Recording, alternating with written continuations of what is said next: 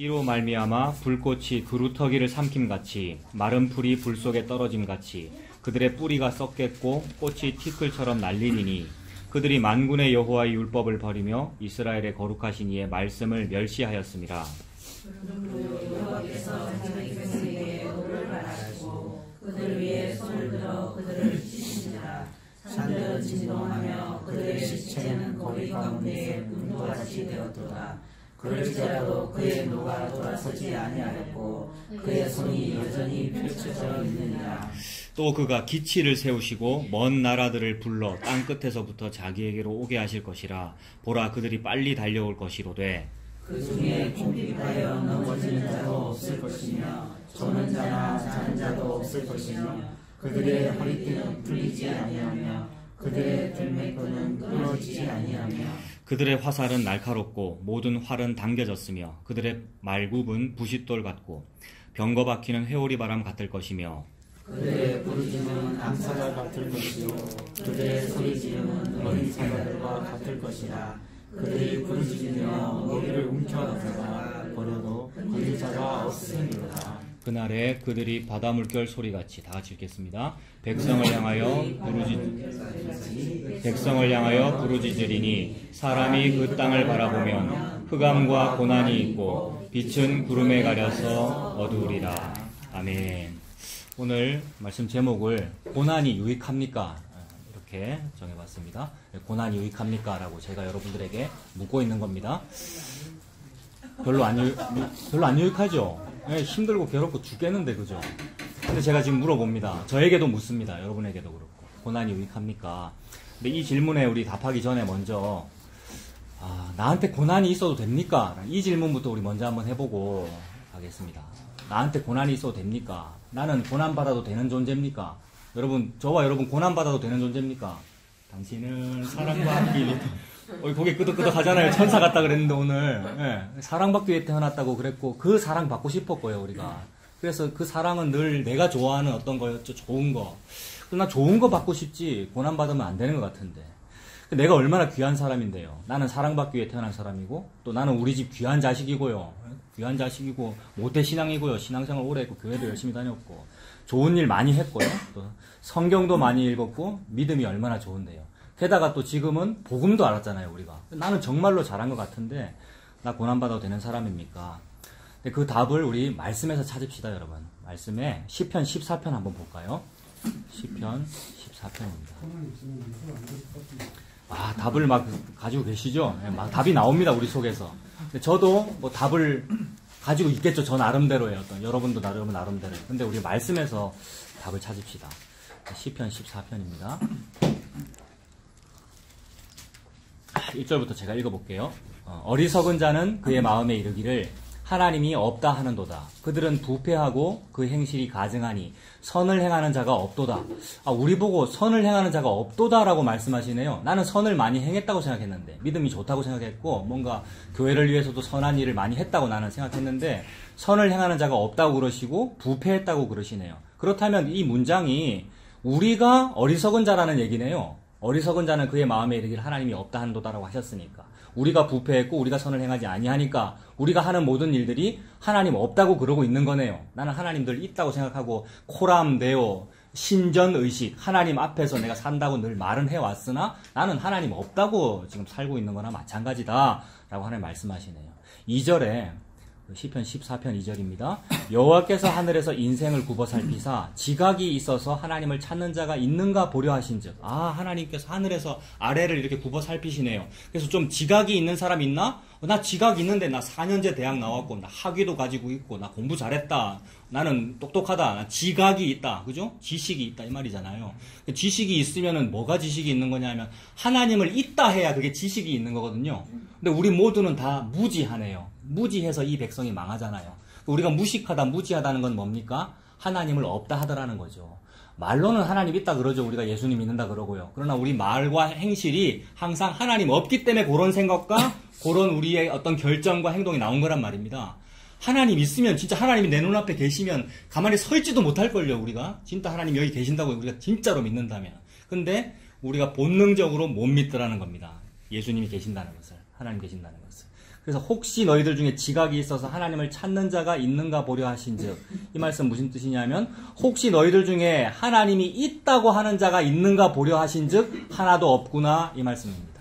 3절에 다 치우쳐 함께 더러운 자가 되고 선을 행하는 자가 없으니 하나도 없도다 라고 말씀하십니다.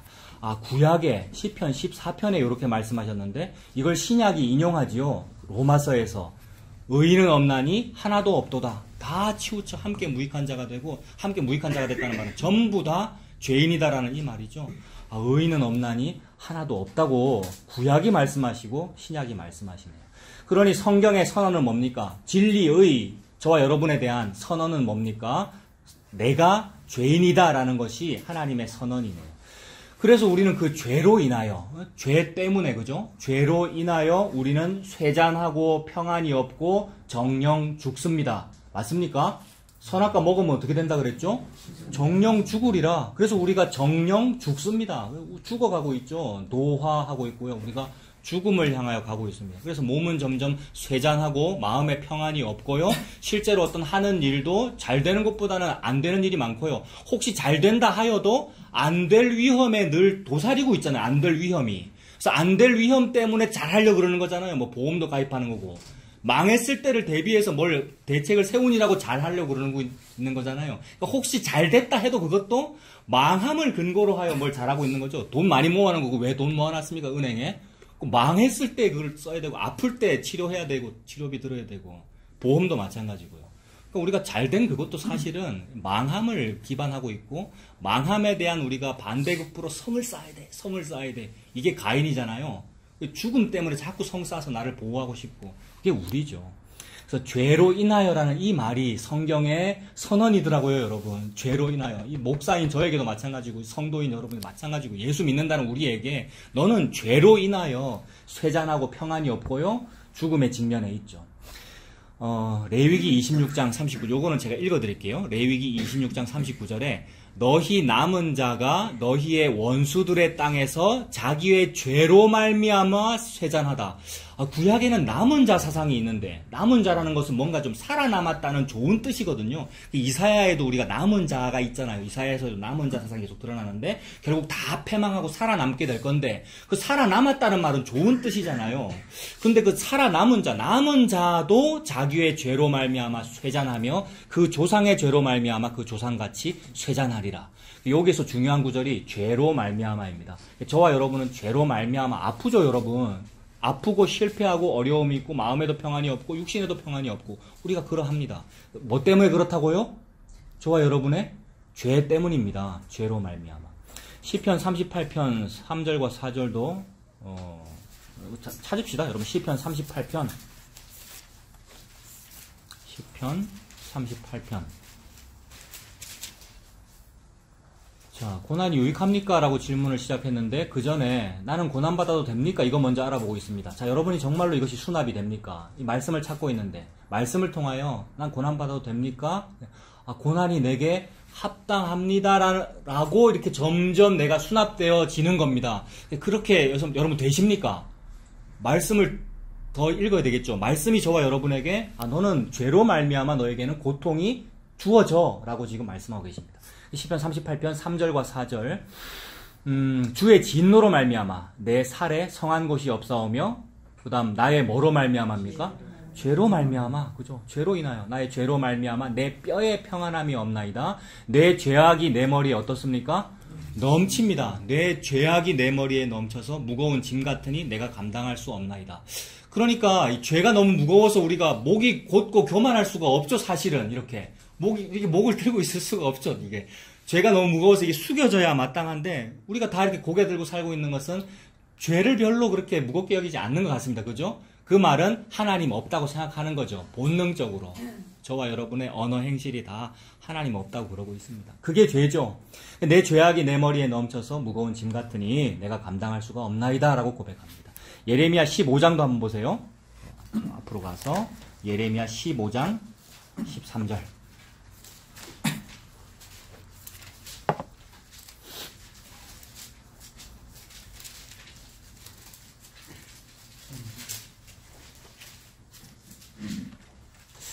내게 왜 성공이 없는가? 내게 왜 평안함이 없는가? 또 왜 그러는가? 하나님 뭐라 그러시냐면 죄 때문이다 라고 그러십니다.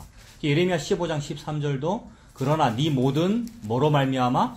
죄로 말미암아 네 국경 안의 모든 재산과 보물로 값없이 탈취를 당하게 할 것이다 라고 말씀하십니다.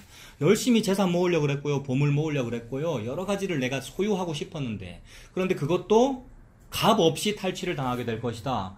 그래서 속히 탈취당하는 일이 막 벌어지는 거죠. 아무 뭐 이유도 없는 것 같고 값없이 너무나 허무하고 허상하게 내 것이 다 탈취당하게 되더라. 그 이유가 뭐냐면 네 죄로 말미암아 라고 말씀하십니다.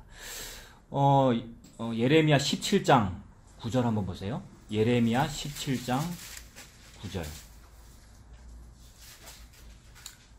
9절과 10절입니다. 만물보다 거짓되고 심히 부패한 것은 마음이다. 누가 능히 이를 알리오마는 나 여호와는 심장을 살피며 폐부를 시험하고 각각 그의 행위와 그의 행실대로 보응하나니 라고 말씀하십니다. 우리는 우리 죄가 너무 무거워서 사실은 머리 위에 너무 무거워서 이게 머리를 들 수도 없는데 꼿꼿하게 들고 다니는 것이 이 죄를 별로 무겁다고 생각 안 하는 거죠. 그래 죄가 별로 없다고 그러는 거죠. 혹시 죄가 있더라도 누가 알겠어 라고 그러는 건데 하나님은 다 아시네요. 여호와께서는 우리 심장을 다 살펴보시고 폐부를 시험하셔서 다 아신답니다. 그 죄를 다 아시니까 그 죄를 가만히 두지 않으시죠. 선이신 하나님께서 그 죄를 가만히 두지 않으시고 공의이신 하나님께서 죄를 반드시 그 행위와 행실대로 보응하신답니다. 그래서 각각 그의 행위와 행실대로 보응하는 이거 얼마나 무서운 말씀입니까? 예레미야 17장 9절과 10절이 행위와 행실대로 다 보응하신대요. 보응하시니까 오늘 본문 이사야로 한번 가보십시오. 오늘 이사야 5장 읽었는데 다시 973페이지 이사야 5장. 아까 행위와 행실대로 보응한다고 했는데 오늘 본문의 5장 24절에 이로 말미암아라고 그랬고 또 25절에는요. 그러므로라는 표현도 있죠. 25절에. 그러므로가 있고 또 26절에는 또라고 그러십니다. 그러니까 이로 말미암아 그러므로 또라는 말을 반복하시면서 하나님이 뭐 하시는 거냐면 너희들의 행위와 행실대로 내가 보응할 거야 라는 말입니다. 행위와 행실이 거짓이고 죄악이고 외식이었기 때문에 이로 말미암아 내가 보응할 거야 이 말이고요. 너희들이 죄악이야 죄인이야 그러므로 25절은 그러므로 내가 보응할 거야. 거기서 멈추지 아니하시고 하나님께서 대충 안 하시는 거죠. 너무 성실하셔요. 하나님은 너무 성실하게 죄악을 보응하신단 말입니다. 그래서 다 된 것 같은데 26절은 뭐예요? 또예요. 또는 반복이잖아요. 충분히 다 하신 것 같은데 또 내가 이렇게 보응할 거야 이 말씀입니다. 그래서 이런 표현으로 저와 여러분의 행실과 행위를 그대로 벌하시는데 24절부터 한번 보겠습니다. 이사야 5장 24절입니다. 이로 말미암아 불꽃이 그루터기를 삼킨다라고 말씀합니다. 이로 말미암아라는 말은 앞에 무슨 얘기가 있었고 그러므로 내가 이렇게 할 거야 라는 뜻이잖아요. 앞에 무슨 일이 있었습니까? 우리 지난주 무슨 얘기 나눴죠? 지난주 18절부터였는데 18절에 무슨 단어로 시작합니까? 거짓으로 시작하네요. 저와 여러분이 거짓이라는 얘기죠. 거짓이라는 말은 뭐냐 하면 없는데 있다 그러고 있는데 없다 그러는 게 그게 거짓말이죠. 저와 여러분은 없습니까? 있습니까? 저와 여러분은 없는 자입니까? 있는 자입니까? 좀 가졌습니까? 오늘 예쁜 옷 가지셨네요. 좀 가진 자입니까? 우리는 아무리 가져도 없는 자라는 거죠. 우리 이름이 아담이고요. 흙이고요. 흙먼지. 그리고 아벨이고요. 아벨은 허무하다, 허사다 뭐 그런 뜻이잖아요. 안개고 흙먼지고 우리는 없음입니다. 그러니 그걸 이제 숫자로 상징적으로 표현하면 숫자 0이 되잖아요. 우리는 0이란 말이에요. 그러니까 있기는 있는데 없죠. 수학에서 숫자 0이라고 하는 것은 있기는 있고 0 진짜 중요해요. 수학에서는 그죠? 아라비아 숫자 0 엄청 중요하잖아요. 수학에서 0이 없으면 수학이 이게 이루어지지가 않잖아요. 근데 그러므로 분명히 있기는 있는데 없는 존재를 보고 0이라 그러잖아요. 제로. 우리가 0입니다. 그러니 우리는 없는 겁니다. 근데 없는 자가 자꾸 있다 그러잖아요. 우리가 자꾸 있고 싶고. 그래서 없는 자가 있고 싶어서 무화과 나무 이파리 옷 입은 거 아닙니까? 그게 우리 존재의 출발이죠. 태초부터 우리가 한 일이 나는 없는 건데 자꾸 있고 싶어서 가리고 생존하고 싶고 살고 싶고 있다라는 말이 영어로 비동사니까 산다라는 뜻도 되잖아요. 존재한다. 그래서 있고 싶어서 살고 싶어서 생존하고 싶어서 자꾸 옷 입고 성 쌓고 재산 모으고 성공하고 그래서 사는 거죠. 그게 거짓말이라 이 말입니다. 그죠? 우리가 거짓이죠. 그래서 거짓으로 끈을 삼아서 막 죄악을 끌고 하는 일들 그것이 또 20절도 보십시오. 5장 20절에 없는 것을 있다 그러고 있는 것을 없다 그러는 우리가 그러고 있으니 그게 뭐냐면 20절에 악을 선하다 하며 선을 악하다 하는 거죠. 이거 뭐 먹었기 때문에 우리가 이렇습니까? 선악과 먹었기 때문이네요. 요것이 죄입니다. 저와 여러분의 여전한 죄죠. 이 죄가 우리에게서 떠나가지지가 않죠. 그래서 요 죄로 말미암아라는 말이죠. 24절이. 그래서 24절 보면 이로 말미암아 불꽃이 그루터기를 삼킨답니다. 그리고 마른 풀이 불 속에 떨어짐 같이 그들의 뿌리가 썩겠고 꽃이 티끌처럼 날리리니 그들이 만군의 여호와의 율법을 버리며 이스라엘의 거룩하신 이의 말씀을 멸시하였음이라 라고 말씀하십니다.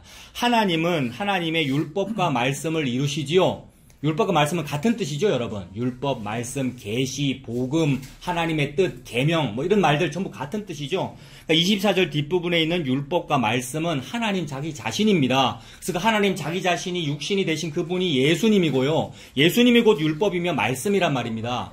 맞습니까?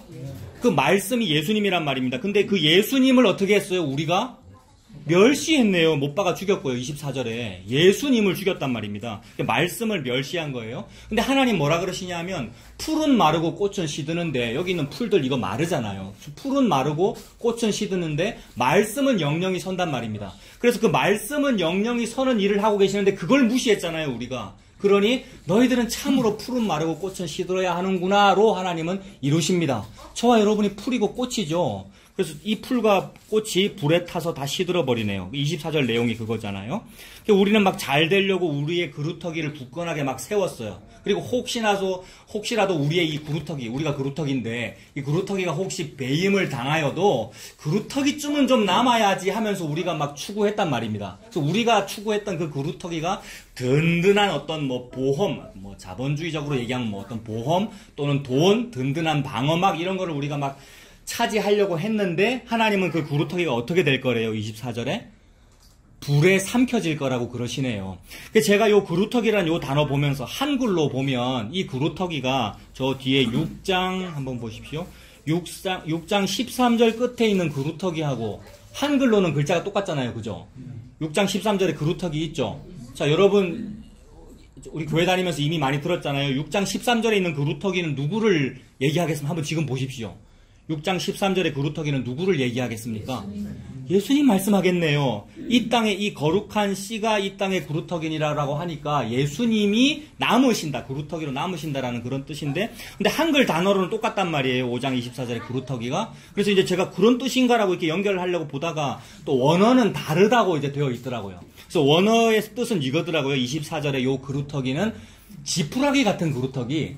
제가 지금 정관에서 출발했잖아요. 우리 집에서. 거기에 논밭이 굉장히 많거든요. 논에 전부 추수 다 했어요. 지금. 거기에 뭐 남아있죠? 추수한 논에 베어낸 그 그루터기.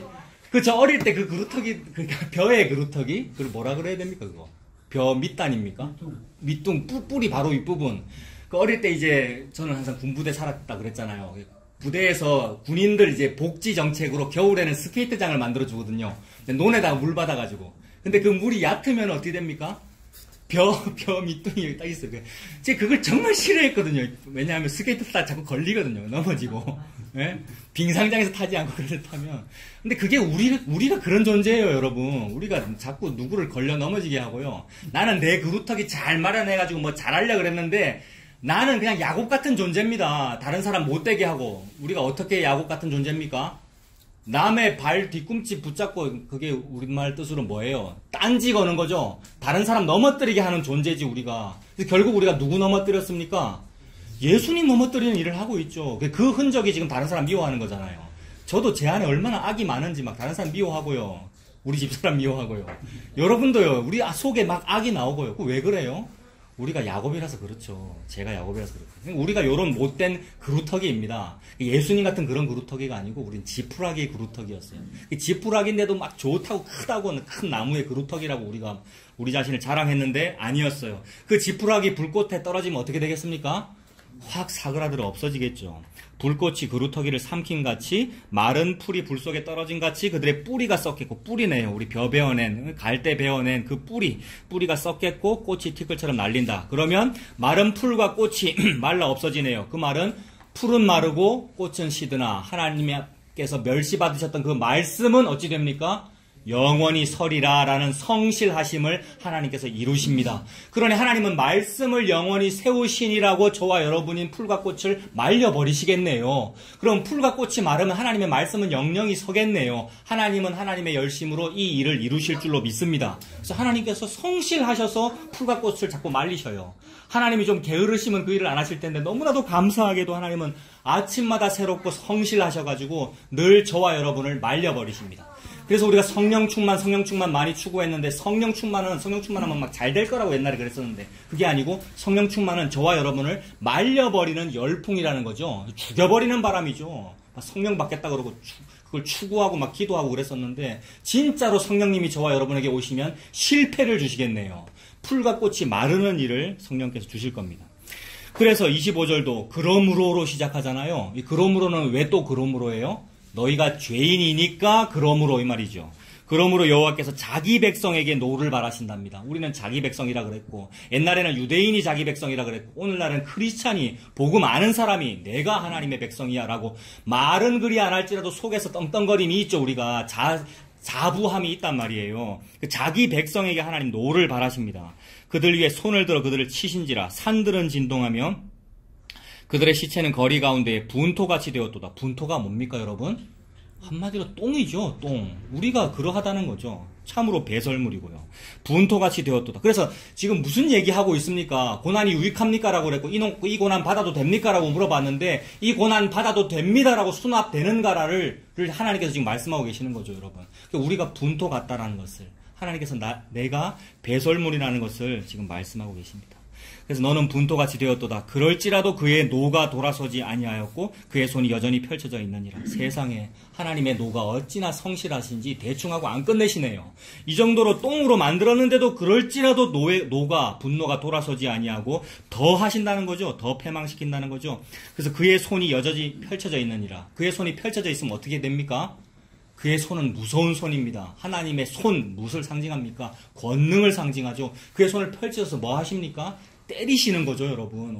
그래서 그의 손이 펼쳐졌다는 말은 그의 놀라운 힘이 우리에게 패망으로 다가오더라는 거죠. 26절. 그쯤 하면 됐는 줄 우리는 여기는데 아니고 26절 또 뭐로 시작합니까? 또 하십니다. 또 그가 기치를 세우시고 먼 나라들을 땅끝에서 불러 모으십니다. 기치를 세우셨다는 말은 깃발을 세우셨다는 말인데 여러분 군대에서 군대 사단 전투 연병장 뭐 이런 말 쓰거든요. 포항에 가면 있어요. 사단 전투 연병장 동아시아 최대 규모래요. 거기서 이제 군대 생활할 때는 그게 너무 멋있었어요. 일개 사병으로서 사단장을 보면 너무 멋있단 말이에요. 장군이 여러분 딱 와가지고 장군이 오면은 기수병이 깃발을 딱 세우거든요. 사단장 기가 딱 서 있다는 말은 딴짓 하지 마라 이 말이에요. 니들 딱 똑바로 서 사단장을 바라봐 이 말이고 움직이면 안 돼요. 딱 서 있어야 되지. 그래서 이제 사회자가 입장 부대 차렷 이란단 말이에요. 군대 갔다 온 분 아시죠? 입장 이러면은 날던 새가 갑자기 딱 섭니다, 여러분. 믿습니까? 사령관이 깃발을 세웠다는 말은 너무너무 무서운 말입니다. 사단 전투연병장에서 사단장이 모든 사병을 다 세워놓고 깃발 딱 세우고 이제 공격 개시 이 말하면 끝이에요. 저는 안 할래요가 어디 있어요. 공격 개시 이러면 이제 가는 거예요. 그러니까 하나님께서 지금 깃발을 세우셨다는 말은 그 뜻입니다. 근데 지금 우리를 군대로 부르시는 게 아니고 우리를 적으로 여겨서 외국 군대를 불렀다 이 말입니다. 얼마나 무서운지. 내가 그동안 욕하던 저 사람들이 저게 뭐가 맞습니까? 내가 옳지라고 하고 있는데 하나님은 우리를 적으로 여기시고 우리가 욕하는 사람들을 군대로 불러서 그게 이 당시에는 역사적으로 뭐예요? 이 시대에는 바벨론이고 아수르죠. 하나님께서 아수르 군대를 부르시고 바벨론 군대를 부르시느라고 사단 전투연병장에서 사령관이시며 군대 장관이신 예수님께서 깃발을 딱 세우셨단 말입니다.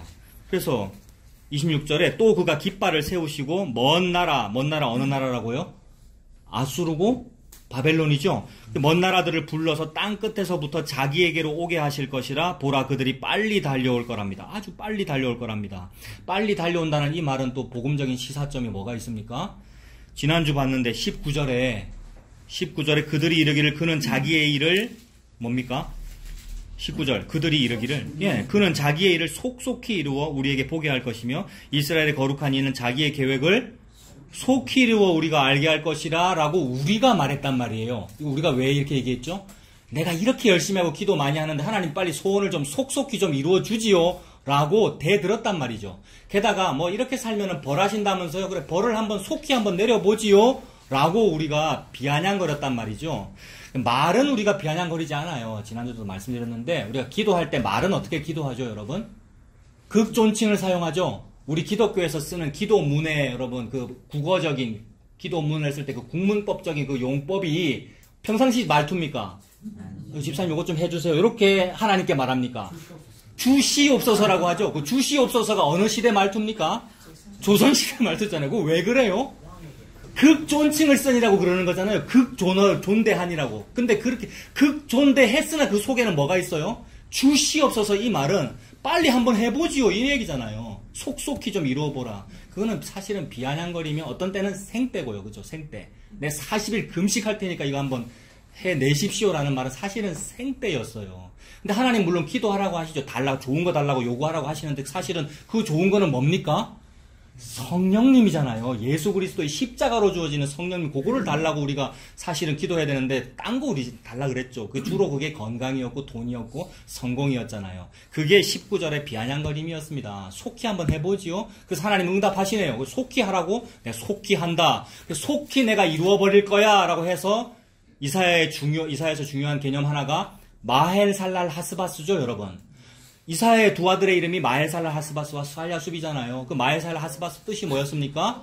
패망을, 너희들이 노략질 당하는 일을 속히 이룰 거다라는 얘기죠. 그래서 우리의 그 비아냥거림대로 하나님께서 그래 속히 내가 이루어질게 라고 하는데 여기서 잠깐 결론을 먼저 말씀드리면 속히 망하는 일을 통하여 하나님 뭐 하십니까? 저와 여러분 막 속히 이루어달라라고 했는데 그래서 막 그 기도, 저와 여러분의 그 기도는 뱀을 달라는 기도였잖아요. 생선 주지 말고 뱀 주세요. 떡 주지 말고 돌 주세요라는 기도였는데 아들이 돌을 달라고 한다고 해서 돌을 줄 아버지가 어디 있느냐? 아버지 뭐 주십니까? 떡 주시고 생선 주시고 맛있는 거 주시죠. 그래서 우리는 다른 거 달라고 막 속히 좀 줘보지요라고 할 때도 있고 어떤 때는 주시옵소서 할 때도 있고 40일 금식기도 할 때도 있었는데도 불구하고 그 기도와 갈망을 하나님이 번역하셔가지고 들으시고 응답을 어떻게 하셨습니까? 저와 여러분의 풀과 꽃을 망하게 하셔서 거기다가 성령님을 주시는 거죠. 그러니까 풀과 꽃을 망하게 하셔서 예수님을 주신단 말입니다. 그러니까 좋은 거 달라고 했던 그 기도를 번역하셔서 진짜 좋은 거를 주셨네요. 그분이 누굽니까? 예수 그리스도입니다. 결론을 먼저 말씀드린다고 그랬는데 지금 말씀드린 거예요. 패망을 통하여 예수님 주신 거네요. 저와 여러분에게. 나는 요 패망 없는 좋은 거 달라고 기도했는데 하나님이 번역하셔서 들으셨으니 얼마나 감사해요. 번역 안 하시고 그대로 들으셨으면 큰일 날 뻔했는데 전부 다 우리가. 근데 하나님께서 들으셔서 네가 내 아들이잖아, 내 딸이잖아. 그러면 여러분 우리 아들 딸도 아닌데 세상에 입양하신 건데 우리를 주워 키우신 건데 근데 아들이고 딸이라 그러시면서 너한테 진짜 필요한 것은 내 아들의 피야. 내 아들을 네가 먹고 마셔야 되는 거예요. 그래서 생명수 샘물. 그래서 힘씀과 애씀이 없을지라도 아까 우리 찬송 불렀죠. 힘씀과 애씀으로 얻는 게 아니고 없을지라도 공짜로 마시는 거야. 너한테는 이게 필요해라고 하나님이 주십니다. 그 일을 하시려고 지금 풀과 꽃을 마르게 하시려고 깃발 세우셨고 아수르 부르셨고 바벨론 부르셨죠. 그래서 예레미야 같은 선지자는 뭐라 그래요? 울면서 바벨론이 오는 게 맞아요 라고 그래요. 그 말을 왜 할까요? 그 에레미야 목사님이 그 선지자가 도대체 다른 선지자들은 그 말 안 했다 그러잖아요. 그 시대에. 근데 예레미야 그 말을 왜 할까요? 예수 그리스도 영이 임하니까 바벨론이 쳐들어와서 우리가 망하고 예수님을 받는 그것이 맞아라고 울면서 얘기하는 거잖아요. 이 말씀 마찬가지죠. 그래서 속히 이루어달라고 그랬더니 하나님께서 그래 그들이 빨리 달려올 거야. 군대가 빨리 달려와서 너희들 다 망하게 할 거야. 마헬살랄 하스바스가 이루어질 거야. 라고 말씀하고 계십니다. 그래서 저와 여러분에 적용하면 우리가 빨리 망하고 있습니다. 여러분. 속히 늙고 있고요. 우리가요. 지금 망해가고 있어요. 망했어요. 이미 여러분. 저와 여러분이. 나는 아직 돈이 많은데요. 우리 집은 좀 괜찮은 것 같은데요. 그게 망한 거잖아요. 여러분. 이 땅에서 돈 많은 게 뭐 성공한 겁니까? 망한 거고 돈 있어도 불안하잖아요. 든든하면 안 망한 건데 안 불안합니까? 언제 건강을 잃을지. 건강 염려증이라는 병도 있더라고요, 세상에. 그러니까 실제로 아픈 것도 병인데, 아플까봐 걱정하는 것도 병이더라고요. 우리가 다 그렇잖아요, 여러분. 제가 그렇고요. 여러분 다 아시잖아요. 우리가 이 망한 거란 말입니다. 근데 그것이 하나님의 은혜네요. 이 망함을 통하여 하나님께서 은혜를 주시네요. 그래서 하나님께서 그 망하는 일을 어떻게 이루셔요? 27절도 그 중에 곰핍하여 넘어지는 자도 없을 것이며 조우는 자나 자는 자도 없을 것이며 그들의 허리띠는 풀리지 아니하며 그들의 들매끈은 끊어지지 아니하며 이거 누구에 대한 얘기입니까? 여러분 한번 해석해 보셔요. 27절에. 그 중에 곰피 파는 자도 없고 넘어지는 자도 없고 조는 자도 없고 자는 자도 없고 허리띠 풀리는 자도 없고 들매끈 끊어지는 그런 자도 없대요. 저 어떻게 봐야 될까요? 지금 들매끈이라 그러는데 이거는 워카끈 생각하면 됩니다. 군대의 워카끈. 방금 누가 군대였습니까? 아수르와 바벨론이었죠. 근데 요런 좋은 말씀은 보통 우리한테 적용됐잖아요. 소년이라도 달려가면 넘어지지 아니하고 뭐 독수리 날개침에 올라가면 같을 것이다. 요 말씀이 요것의 대꾸란 말이에요, 사실은. 잠깐 볼까요? 이사야 40장 29절 한번 보세요. 뒤로 넘기셔가지고. 요 말씀의 대꾸예요. 요 말씀의 같은 뜻이에요. 요 40장 29절이. 40장 29절 보세요. 우리가 이거 너무 좋아해서 막 액자에 표구에서 붙여놓는 말씀이잖아요. 피곤한 자에게는 능력을 주시며 무능한 자에게는 힘을 더하시나니 소년이라도 피곤하며 곤비하며 장정이라도 넘어지며 쓰러지되 오직 여호와를 앙망하는 자는 새 힘을 얻으리니 독수리가 날개침에 올라간 같을 것이요 다른 박제를 해도 곤비하지 아니하겠고 걸어가도 피곤하지 아니하리로다.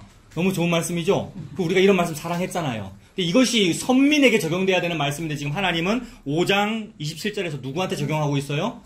아수르와 바벨론에게. 왜 그래요? 저와 여러분을 패망시키시기 위해서. 그래서 이 패망이 저와 여러분에게 적용되어 내가 수납된다면 참으로 은혜 받은 것입니다, 여러분. 이 고개가 뻣뻣하여 교만하여 목이 곱고 교만하여 하나님 내가 왜 곤비해야 되는데 이게 아니고 이 말씀이 참으로 그러하군요. 내 대적이 그렇게 든든하고 내가 패망하는 것이 맞군요 라고 숙여진다면 참으로 은혜 받은 거란 말입니다. 그러니까 얼마나 낮추어져야 하나님이 저와 여러분을 얼마나 낮추셔야 이 일이 우리가 수납이 될까요?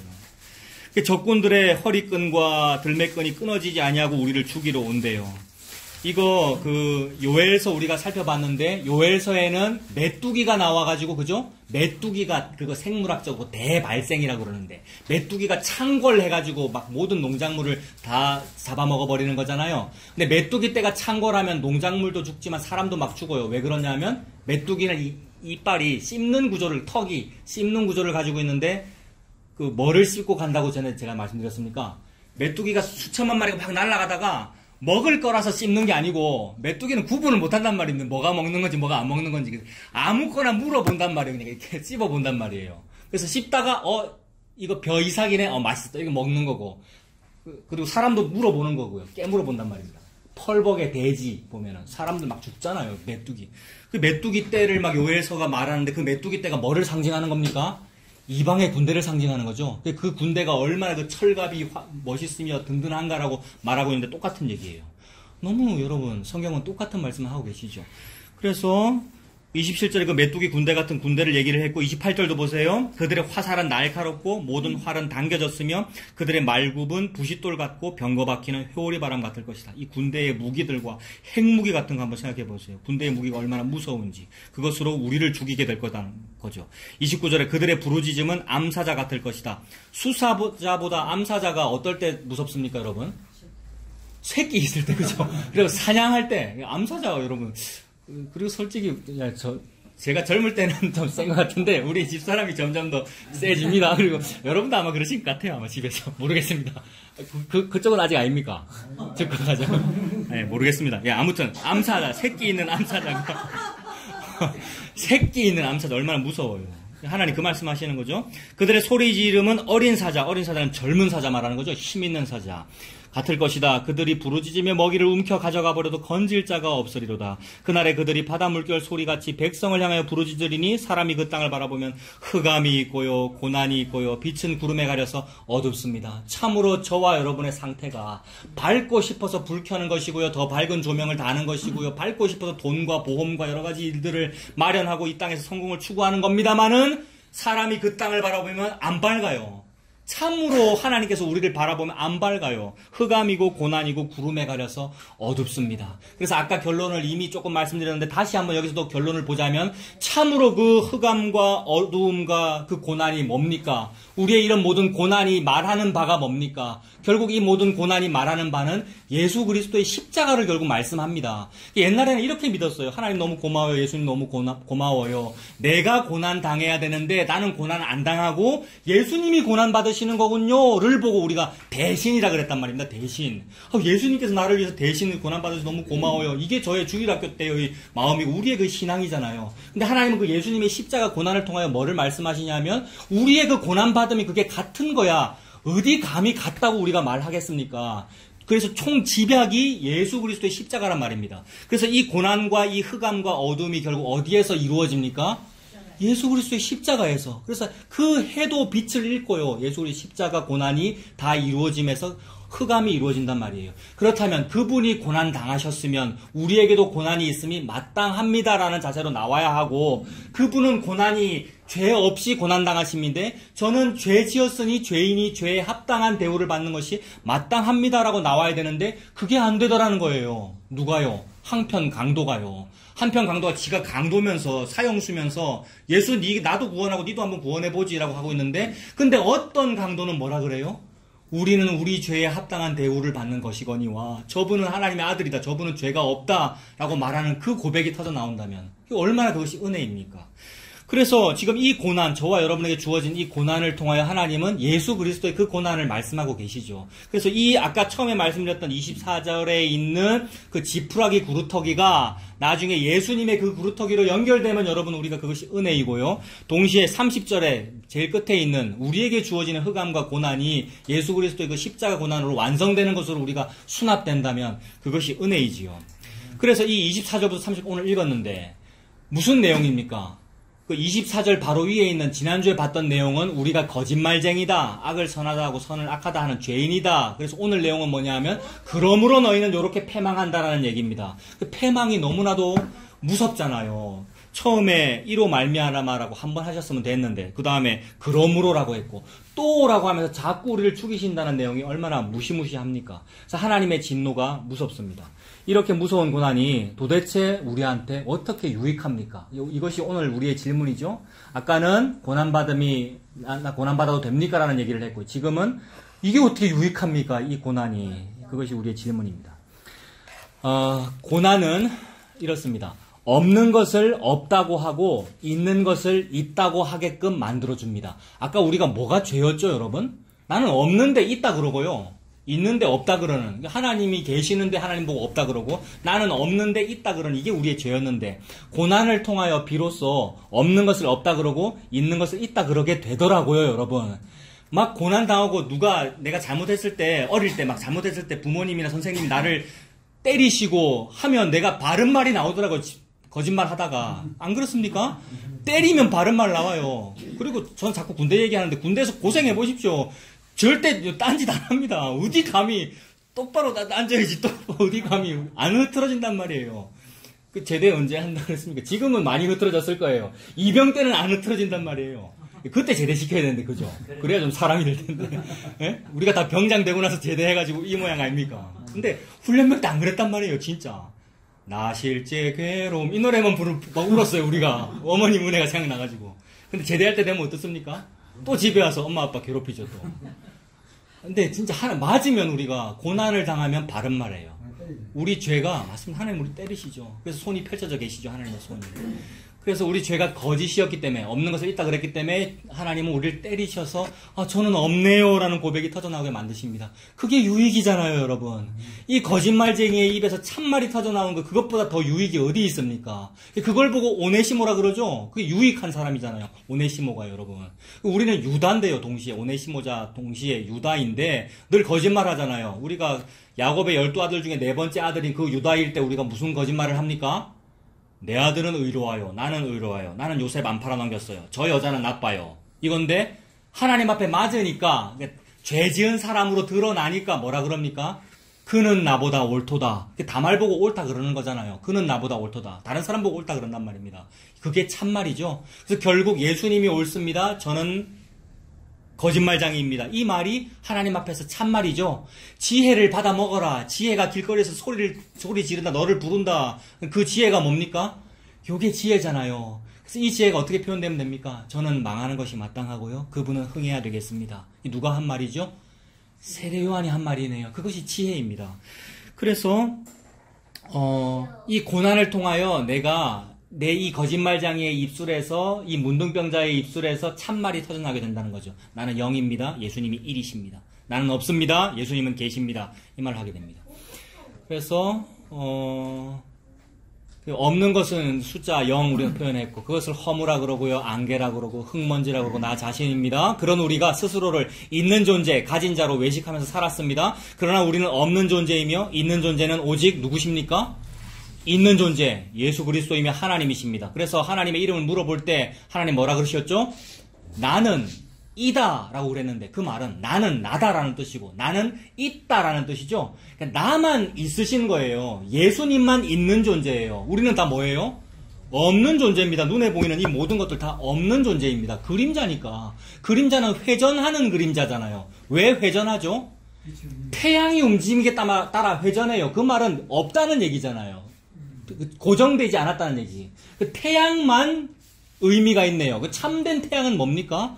하나님이시며 예수님이죠. 참된 빛은요. 저 태양도 그 빛의 그림자이고요. 그래서 하나님만 계신 분이고 예수님만 에고 에이미입니다. 나는 이다. 나는 있다. 우리는 없는 존재입니다. 그래서 나는 없습니다. 예수님은 에고 에이미이십니다라는 그 말을 했으면 우리 참말을 하게 되는 거잖아요. 그래서 그 감사한 것이 뭐냐면, 우리가 참으로 감사한 것이 뭐냐면, 그렇게 거짓말하는 그 사람을 보고 죄인이라고 하시고 그 죄를 성실하게 보응하셔서, 하나님 성실하십니다. 성실하게 보응하셔서 고난을 주시니 그것이 감사한 것입니다. 성실하게 보응 안 하셔서 고난을 받지 않은 사람은 저주를 받은 것입니다. 하나님이 나한테 안 성실해 주시면 그거 저주받은 거라고요. 그리고 고난을 안 주시거나 늘 이 땅에서 이 땅의 것으로 승승장구하면 그것이 저주받은 거죠, 여러분. 고난으로 인하여 하나님을 있다 하고 나를 없다고 하게 됩니다. 고난이 유익하다는 것을 여러분 또 말씀에서 찾아봅시다. 우리의 말로 표현하지 말고 말씀에서 찾아봅시다. 시편 94편. 시편 94편입니다.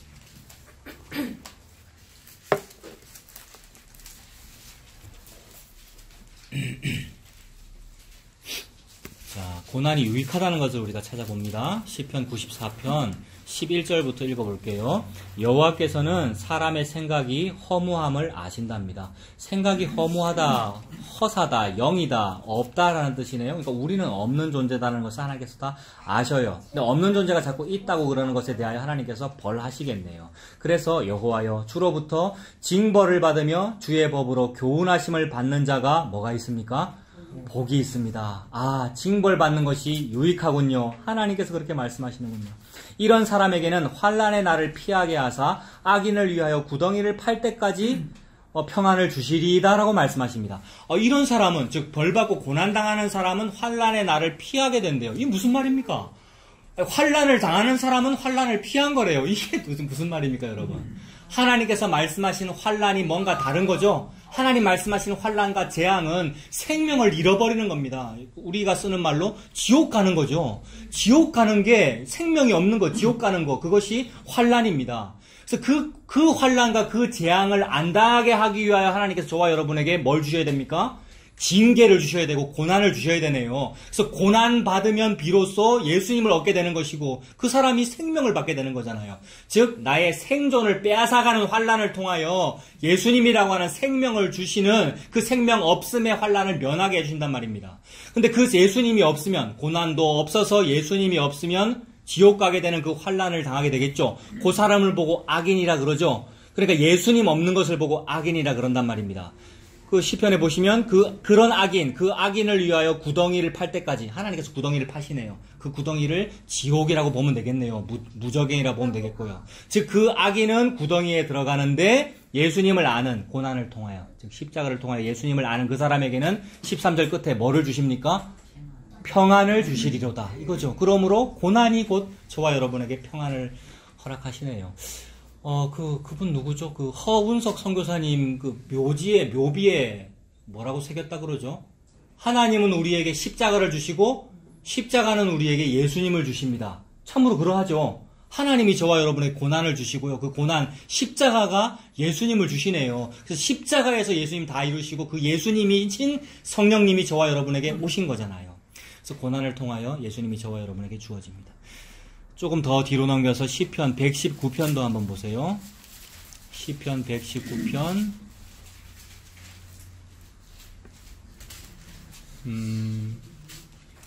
네, 시편 119편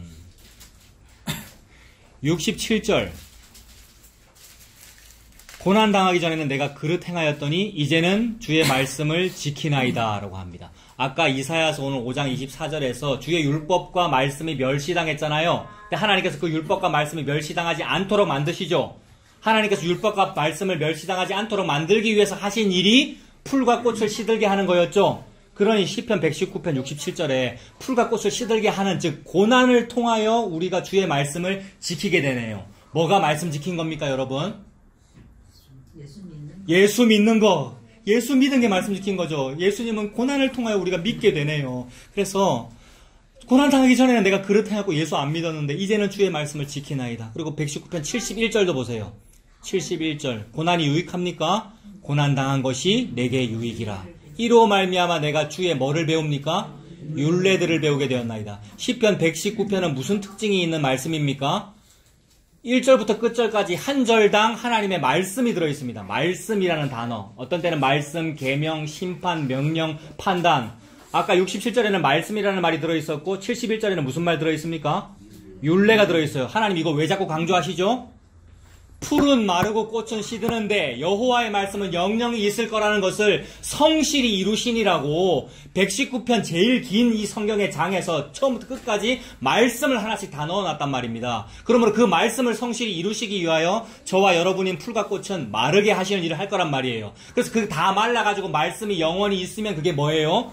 유익한 거죠. 오네시모. 유익하고 참으로 다행이다. 유두고 참 다행이다. 저와 여러분에게. 그래서 나는 고난 당하는 것이 유익합니다. 이로 말미암아 내가 주의 율례들, 말씀들, 심판들을 배우게 되었습니다. 75절도 보세요. 75절.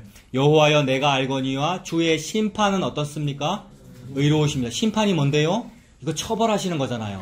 근데 119편에 있는 그 모든 말씀들에 해당하는 단어란 말이에요. 심판이. 그러니까 심판의 다른 말이 뭐 판단, 결정, 말씀이겠죠? 하나님의 말씀이 곧 심판이네요. 그러니까 고난과 세트로 오겠네요. 하나님의 말씀은 고난과 함께 옵니다. 그러므로 예수 그리스도는 십자가로 주어집니다. 십자가 없는 예수님은 없습니다. 그러니 십자가 없는 교회, 십자가 없는 기독교는 없는 거죠. 그래서 원래 전통적으로 기독교의 상징이 십자가였잖아요. 근데 어느덧 타락해가지고 십자가가 장식품이 되어버렸고 건물 위에 십자가는 세워놨는데 십자가가 없죠. 근데 하나님은 그 십자가를 통해 뭐 말씀하시냐면 고난이 세트로 함께 있는 거야. 같은 선물 세트야. 선물이 곧 고난으로 주어지는 거야 라고 하나님 말씀하시네요. 그래서 주의 심판은 의로우시고 주께서 나를 괴롭게 하심은 성실하심 때문이니이다. 여러분 아멘입니까? 참으로 저도 아멘하기 두려운 말씀이나 이것이 아멘입니다. 하나님이 성실하시기 때문에 나를 괴롭게 하신대요. 세상에. 아침마다 새롭고 아침마다 성실하시고 나는 늦잠 자고 늦게 일어나는데 하나님은 졸지도 아니하시고 주무시지도 아니하시고 성실하셔서 저와 여러분을 괴롭게 하심은 주의 성실하심 때문이니이다. 신약도 한번 봅시다. 여러분 신약 히브리서 12장. 신약 히브리서 12장.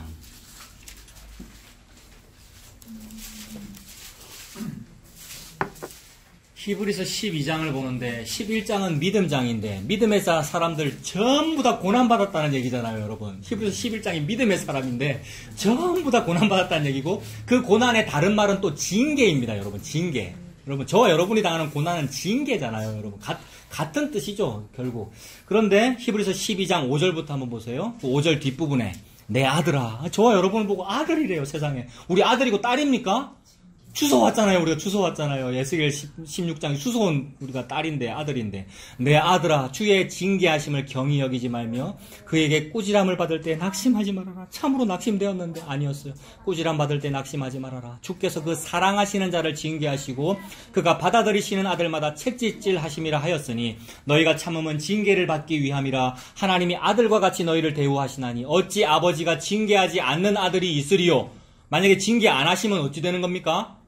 아들 아니네요. 사생자네요. 즉 뭔가 다르게 나왔거나 주워왔거나 우리 주워온 거 맞는데 친아들로 여기셨다는 거죠. 그래서 징계 없으면 우리가 아들이 아니요 사생자요 친아들이 아니니라.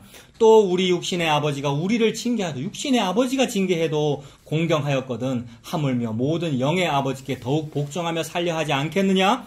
그들은 잠시 자기의 뜻대로 우리를 징계하였거니와 오직 하나님은 우리의 뭐를 위해서요? 유익을 위해서. 이것이 유익이죠, 여러분. 이 땅에서 얻는 게 유익이 아니고요. 우리의 유익을 위하여 그의 거룩하심에 참여하게 하시느니라. 무릇 징계가 당시에는 즐거워 보이지 않고 슬퍼 보이나? 맞아요. 이 땅에서 얼마나 힘듭니까? 내가 아프고 내 아들, 딸이 아프고 우리가 어려움을 겪고 돈이 없고 얼마나 힘들어요, 여러분. 그 힘든 일에 대해서 우리가 감히 어떻게 무슨 말을 하겠습니까? 그러나 하나님께서 그 징계가 당시에는 즐거워 보이지 아니하고 슬퍼 보이나 후에 그로 말미암아 연단받은 자들은 의와 평강의 열매를 맺느니라.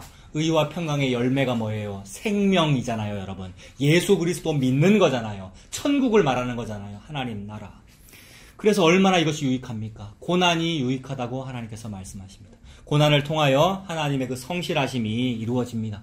하나님의 성실하심이 이루어지면 저와 여러분에게 말씀이 남습니다. 성실하심이 이루어지면 말씀이 남습니다. 나는 자꾸 다른 걸 남기고 싶은데, 내 이름을 남기고 싶고 뭐 재산을 남기고 싶은데 하나님께서 다 없애시고 말씀만 남기십니다.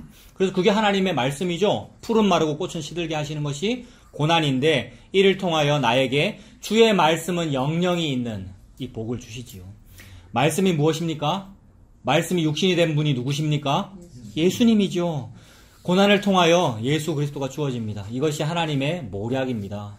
내게 있는 고난은 예수님이 받으시는 고난의 작은 흔적입니다. 그러니까 모든 이 고난, 우리의 고난들의 궁극의 완성이 십자가입니다. 예수님께서 그 십자가에서 다 이루셨습니다. 나의 고난은 아까 그 지푸라기 구루터기가 불꽃에 타버리는 것이라 하였는데, 그러니까 나는 지푸라기 구루터기이기 때문에 안 남겠네요. 나는 불 붙으면 안 남아요. 그래서 우리는 땔감으로 쓰기에도 오감타 그랬어요, 지난주에. 레바논은 땔감에도 부족하다. 우리는 땔감 교회라고 화목 교회라고 우리가 그랬는데, 땔감으로 쓰기에도 우리는 부족하단 말이에요. 확 사그라져서 없어지기 때문에. 땔감이면 좀 열기도 좀 나고 따뜻하게 해주고 이 정도는 돼야 되는데, 우리는 그 가치도 없다. 오감타. 근데 참된 땔감이 누구십니까? 참된 나무, 땔감 누구셔요? 예수 그리스도시네요. 그래서 그분만이 남으셔요. 그래서 불이 붙었으나 타지 아니합니다. 떨기나무가요. 불이 붙었으나 타지 아니한다. 근데 열은 나고 빛이 나요. 신기하게도. 그분이 예수님이잖아요, 여러분. 그분이 뜨거워요. 우리가 열기를 내는 것이 아니고요.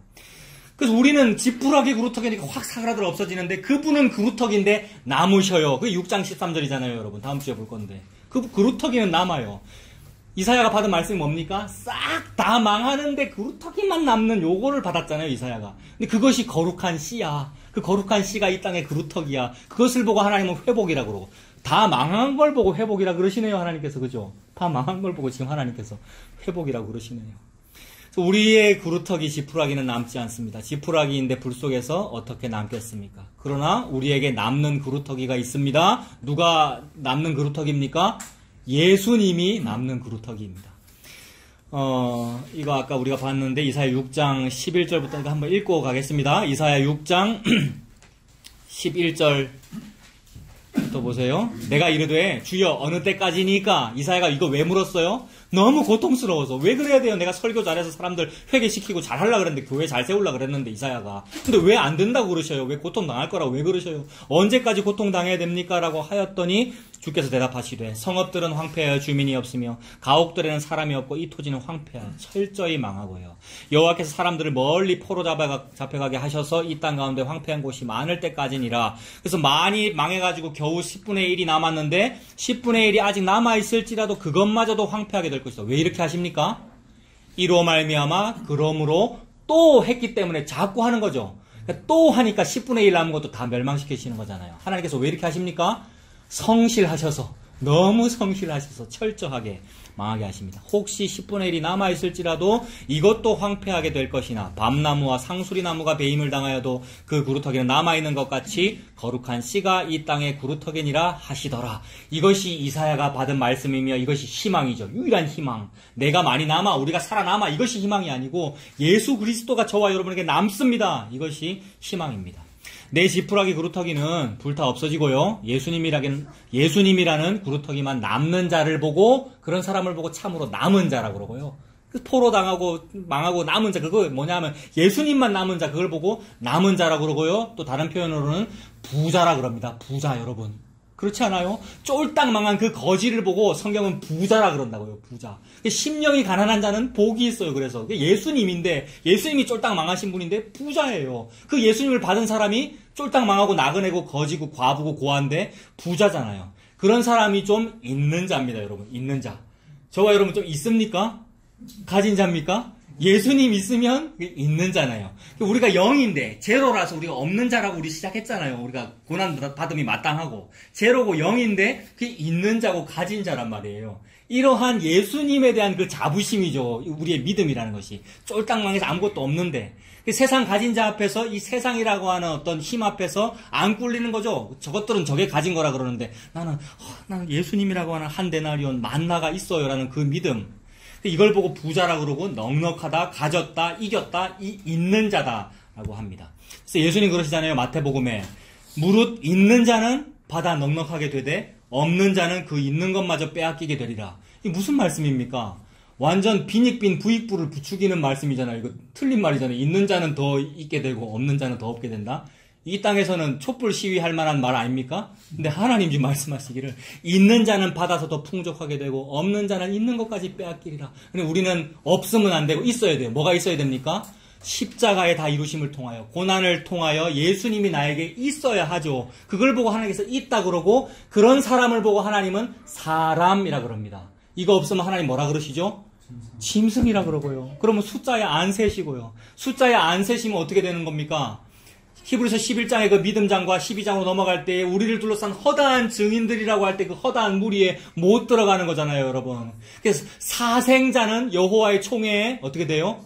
못 들어가요, 여러분. 버림받은 자는 숫자 안 세는 사람은 못 들어가요. 저와 여러분이 어떻게 숫자 셉니까? 아까 예배당에서 출석 체크한다 그랬는데 하나님은 출석 체크를 이제 하실 건데 예수 그리스도의 피가 있으면 예수 그리스도의 다 이루심으로 예수님이 안에이면 여러분 세시는 거죠. 이 은혜가 저와 여러분의 은혜입니다. 신약 한 군데 더 보겠습니다. 로마서 8장. 자, 우리 두 군데 읽어보고 우리 마치겠습니다. 로마서 8장 16절입니다.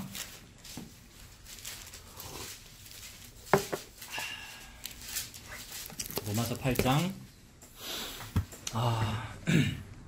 16절부터 성령이 친히 우리의 영과 더불어 우리가 하나님의 자녀인 것을 증언하시나니 자녀이면 또한 상속자, 세상 우리 사생자 아니래요. 상속자래요. 재산을 하나님의 그 생명을 받을 사람이래요. 상속자 곧 하나님의 상속자요. 그리스도와 함께한 상속자니 우리가 그와 함께 영광을 받기 위하여 고난도 함께 받아야 할 것이니라. 생각컨대 현재의 고난은 장차 우리에게 나타날 영광과 좋게 비교할 수 없도다. 옛날 성경은 좋게라는 말 들어가 있었죠. 세상에 좋게 비교할 수 없도다. 얼마나 유익합니까 이 고난이. 그래서 베드로전서도 한번 볼 건데 이거 세 번역으로 제가 한번 읽어드릴게요. 베드로전서 1장 6절과 7절인데 세 번역이 더 이제 다가와서 제가 읽어드립니다. 그러므로 여러분이 지금 잠시 동안 여러 가지 시련 속에서 어쩔 수 없이 슬픔을 당하게 되었다 하더라도 기뻐하십시오. 하나님께서는 여러분의 믿음을 단련하셔서 불로 단련하지만 결국 없어지고 많은 금보다도 더 귀한 것이 되게 하시며 은과 금도 다 없어진대요. 세상에. 금은 재련하면 안 없어진다 그랬는데 금도 없어진대요. 금보다 더 귀한 것이 되게 하시며 예수 그리스도께서 나타나실 때에 여러분에게 칭찬과 영광과 존귀를 얻게 해 주십니다. 이 믿음으로 살아가시는 저와 여러분들 다 되시기를 소원합니다. 기도하겠습니다. 하나님 아버지, 하나님의 은혜를 감사합니다. 모든 말씀을 통하여 예수 그리스도를 말씀해 주셔서 감사합니다. 그 예수 그리스도는 십자가에서 다 이루시는 말씀을 들려주셔서 감사합니다. 그 십자가는 고난임을 믿습니다. 예수님께서 고난 당하셨으니 그의 제자라는 사람, 그의 아들, 딸이라는 사람도 고난이 있음이 마땅한 줄로 믿습니다. 이 고난을 통하여 예수 그리스도가 주어지는 이 유익함을 받았으니 고난이 유익하다는 그 믿음으로 살아가는 우리가 다 되도록 인도하여 주시옵소서. 예수님 이름으로 기도합니다. 아멘.